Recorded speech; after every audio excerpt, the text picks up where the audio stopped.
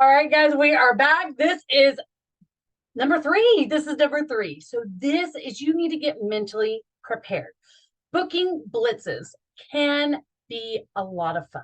They can also have this unwanted stress on you, like, I have to be successful.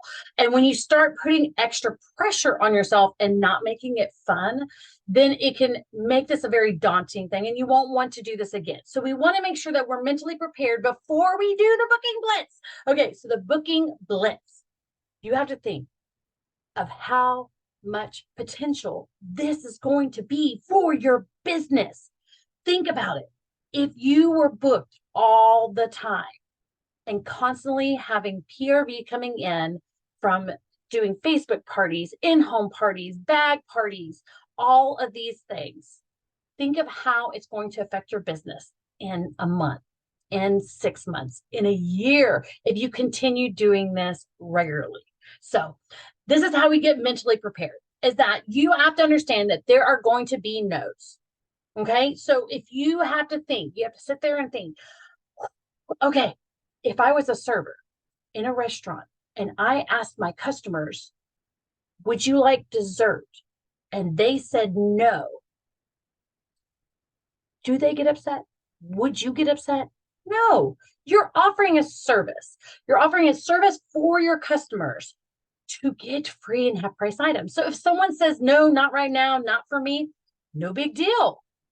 The messaging part of this is the hardest because you can't see their face. They may just be like, I don't have any friends and nobody would buy, and I don't want to disappoint you.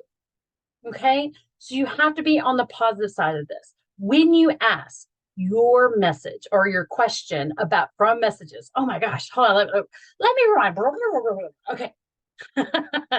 When you're sending out messages, you have to have this mentality that it's okay for them to say no. It's okay for them to say yes. And it's okay for them not to know right now.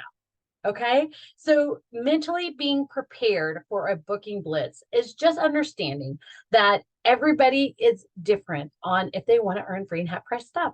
They may not even understand what they have to do. So they may be confused. And so you want to make sure that you take some of that pressure off of them.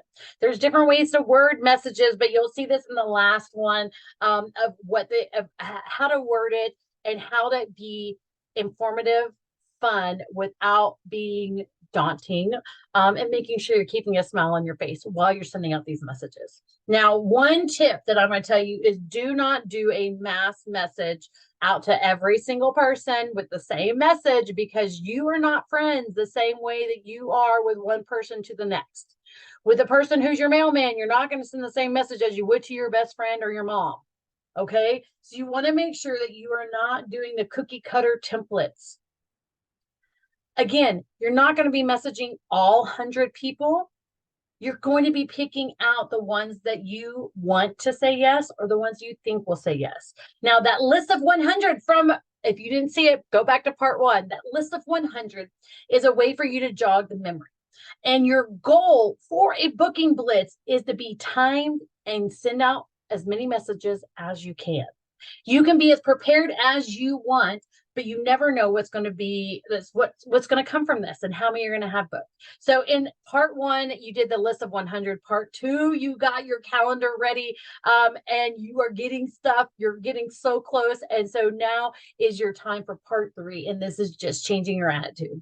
So what you want to do is you want to find where you are the most calm. Is it in your office? Is it in your bed? Is it in front of the TV? Do you have music going and blaring and you're dancing? You're like, yeah, we're going to say yes, yes, yes. Or do you have an audiobook going on so that way you can kind of distract your mind? Or are you just watching some of your TV and you're going to be messaging in between on commercials? However you decide to do it, just make sure you find your place. Now, I'm going to kind of break down a couple different ways to do these messages so that you feel a little bit more secure. There are some people that maybe you need to send a voice message to. So when you're coming up with these messages to send out to the people that you love, the people that are your friends, the people that that know your kids, that know your family, however you want to do it, you want to make sure that you are staying positive.